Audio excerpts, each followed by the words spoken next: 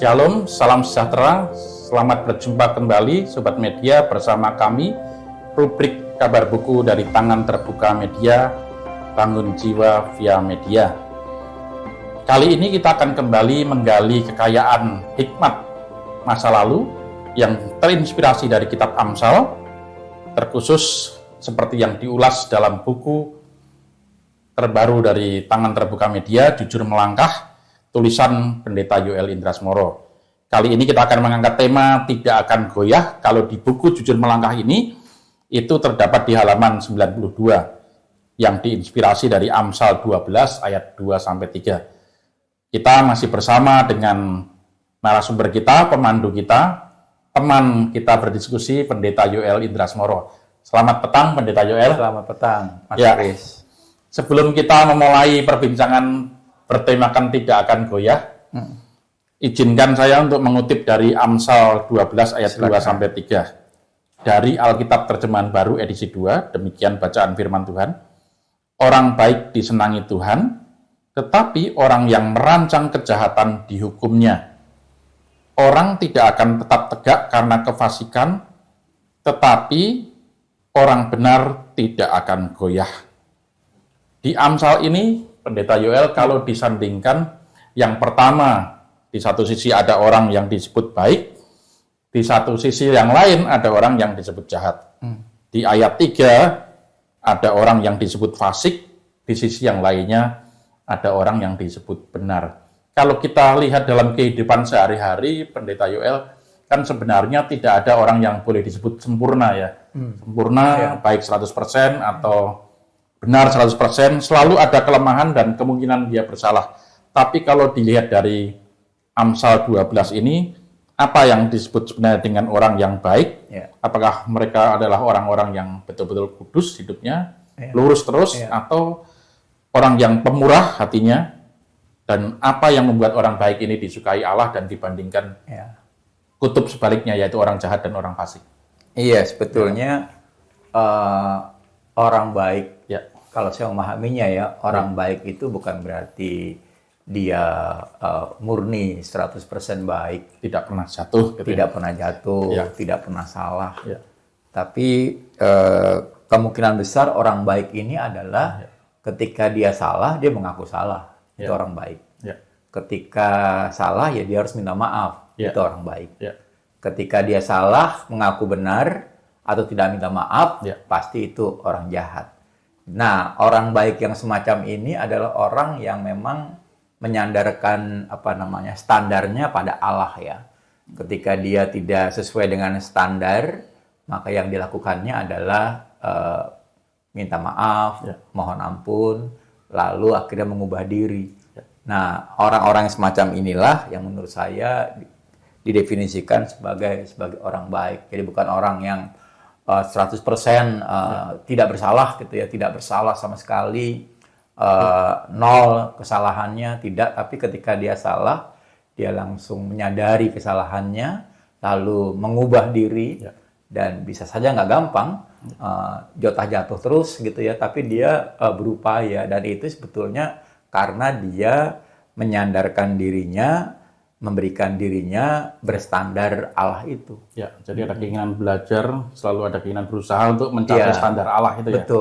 Betul. Jadi kalau istilahnya Daud ya, Raja Daud, dalam doanya dia katakan, lihat apakah jalanku serong. Jadi ketika jalannya serong, ya tinggal berubah gitu ya. Berbalik kembali, itu baik gitu ya. Nah, yang nggak baik adalah ketika salah, dia merasa benar, mengeraskan hati, dan menganggap dirinya benar, yang lain salah, dan akhirnya malah marah.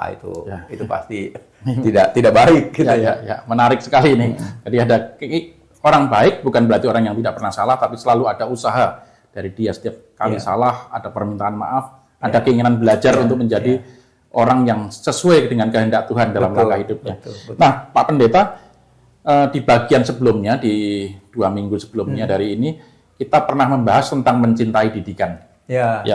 Nah, orang baik atau orang jahat ini, kalau boleh dijelaskan oleh Bapak, memang karakter dasar dari setiap orang, dari sononya, atau sebenarnya hasil dari didikan dan pengaruh lingkungan. Soalnya mungkin ada orang berpikir demikian. Ini bapak ibunya pendeta, bapak ibunya majelis, kok anaknya seperti ini, atau sebaliknya, kedua orang tuanya pembuat masalah, tapi mengapa anak-anaknya malah sungguh santun, seperti mutiara di tengah-tengah lumpur mungkin ya. Lebih lanjut, apakah anak yang kecilnya bandel atau nakal masih bisa diperbaiki di perjalanan hidupnya? Nah, kalau kembali kita ke definisi baik tadi, maka kita harus sungguh-sungguh memahami bahwa setiap orang pada dasarnya baik. Setiap orang pada dasarnya baik. Setiap orang pasti merasa salah kalau bersalah, gitu kan. Mestinya ada perasaan ada itu ya. Perasaan bersalah, gitu kan. Kan apa namanya? Memang orang bisa menyembunyikannya, orang bisa menutupinya. Tetapi ketika seseorang merasa salah karena berbuat salah, maka sebetulnya itu adalah cara Allah menolong dia untuk menyadari kesalahannya.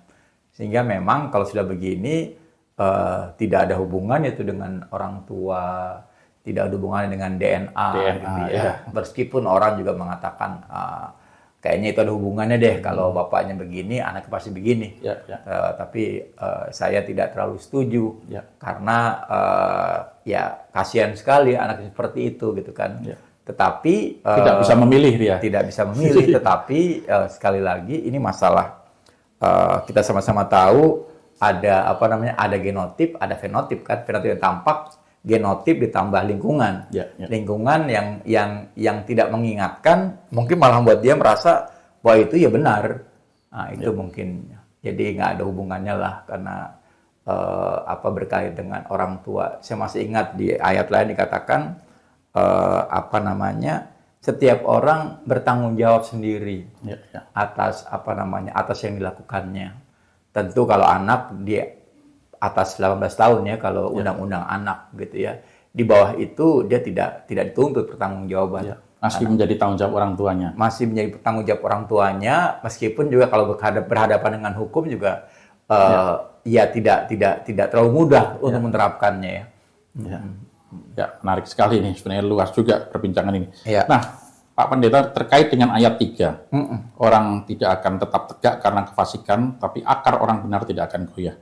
Nah, kesimpulan tiap film, kesimpulan tiap cerita, bahkan harapan hidup setiap orang adalah kejahatan pada akhirnya berakhir dan kebenaran Allah pada akhirnya akan ditegakkan.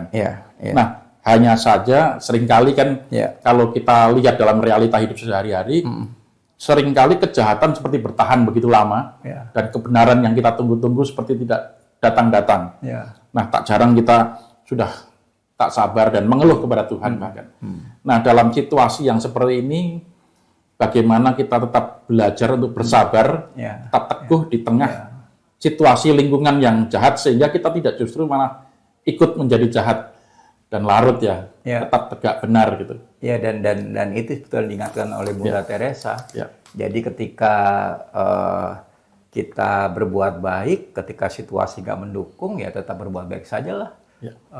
Karena apa? Karena sebetulnya kan natur manusia itu kan baik. Sebagai citra Allah ya. Sebagai citra Allah. Baik begitu ya. Dan apa namanya? Dan sebetulnya panggilan setiap manusia adalah melakukan hal yang baik. Sehingga yang menjadi penting bagi kita adalah apa namanya? Tetap bertahan. Karena kan sebetulnya kalau masalah waktu itu kan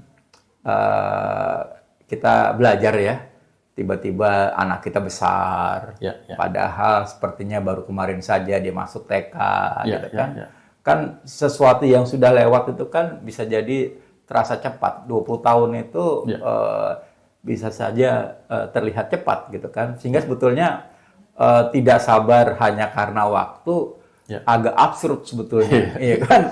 Kalau kan sama-sama kita tahu bahwa ketika waktu itu dinantikan, dia akan terasa panjang. Tapi ketika waktu itu diisi dengan kesibukan, dia akan terasa pendek. Terutama kesibukan yang positif ya. Terutama kesibukan yang positif itu akan terasa pendek. Tiba-tiba selesai, tiba-tiba malam, tiba-tiba pagi lagi. Itu. Jadi sabar aja lah. Panggilan kita adalah sabar saja. Nah, ini mungkin sebagai penutup Pendeta Yoel dari perbincangan tidak akan goyah ini. Nah, terutama kita sebagai orang tua yang pada suatu waktu mungkin akan melepas anak-anak kita bepergian ke negeri yang jauh, ke lingkungan yang baru, yang kadang-kadang kita tidak pernah tahu apakah lingkungan itu baik buat pertumbuhan rohani anak kita, buat kedewasaan anak kita, atau bahkan mungkin justru malah menjatuhkan dan membuat anak kita larut dengan dunia. Nah, bagaimana kita membekali anak-anak kita supaya ya kita bisa tetap sabar, yakin, dan sekaligus ya beriman bahwa pimpinan Tuhan pasti akan selalu menolong anak-anak kita dimanapun Tuhan tempatkan. Iya, saya rasa kita tidak ada jalan lain ya, bahwa kita mempercayakan anak kita kepada Tuhan saja. Dan percayalah bahwa Tuhan juga sayang sama anak kita, bahwa anak kita juga milik Tuhan, milik Allah, sehingga dia pasti tidak akan lepas tangan, begitu ya.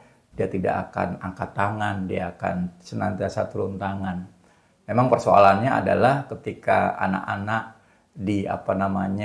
dikhawatirkan, mungkin mereka jadi malah tersinggung gitu kan. Apalagi anak-anak sekarang merasa tahu banyak mungkin. Iya, memang mereka tahu banyak sih gitu kan. Mereka tahu banyak dan mereka merasa tersinggung gitu ya. Maka menjadi penting bagi kita untuk memperlihatkan bahwa kita percaya sama mereka. Sehingga mereka juga merasa perlu untuk menjaga kepercayaan itu. Dan itu bukti kedewasaan mereka ya. Dan itu bukti kedewasaan mereka. Jadi, bisa menjaga kepercayaan orang tua dan Tuhan. Betul. Ya, memang tidak gampang ya. Tidak gampang. Tetapi ya kita harus berani percaya bahwa anak kita adalah anak baik juga. Ya. Dan ketika dia sendiri, dia tidak sendirian, ada Tuhan, dan Tuhan pasti menjaga. Dan memang terlalu mengkhawatirkan hanya akan membuat kita semakin khawatir, dan hanya akan membuat anak kita malah sebel gitu kan. Jadi sudah, mari kita percayakan dan keyakinan bahwa kalau dia tahu dia disayang orang tuanya, dia disayang oleh keluarganya, dia disayang oleh Allah, pasti dia akan pikir 2-3 kali kalau hendak melakukan hal yang buruk. Tapi ketika dia merasa tidak dicintai oleh orang tuanya, tidak didukung oleh lingkungannya, merasa tidak diperhatikan oleh Allah sendiri, maka ya mencari mungkin, jalannya sendiri. Dan mungkin itu adalah cara dia dalam tanda petik mencari perhatian. Ini menarik dan mungkin masih panjang seharusnya perbincangan kita terkait tema tidak akan goyah ini, tapi sahabat media yang dikasihi Tuhan, kita masih akan terus belajar dari kitab Amsal, kita terus akan menggali kekayaan hikmat. Hari ini kita dengan tema tidak akan goyah diajak untuk belajar percaya pada Tuhan, belajar meyakini waktu Tuhan, belajar bersabar, dan terlebih lagi seperti penjelasan Pendeta Yoel di awal tadi, orang baik adalah orang yang selalu ada keinginan dan usaha berjuang untuk menjadi lebih baik dari hari ke hari, untuk menyenangkan dan mengikuti kehendak Allah dalam hidupnya. Terima kasih telah bergabung bersama kami. Semoga tayangan ini memberi manfaat dan menginspirasi sobat media dalam menjalani hidup sehari-hari di tengah dunia yang semakin cepat berubah. Dukung terus pelayanan kami dalam membangun jiwa via media, membangun budaya mencintai buku dan literasi.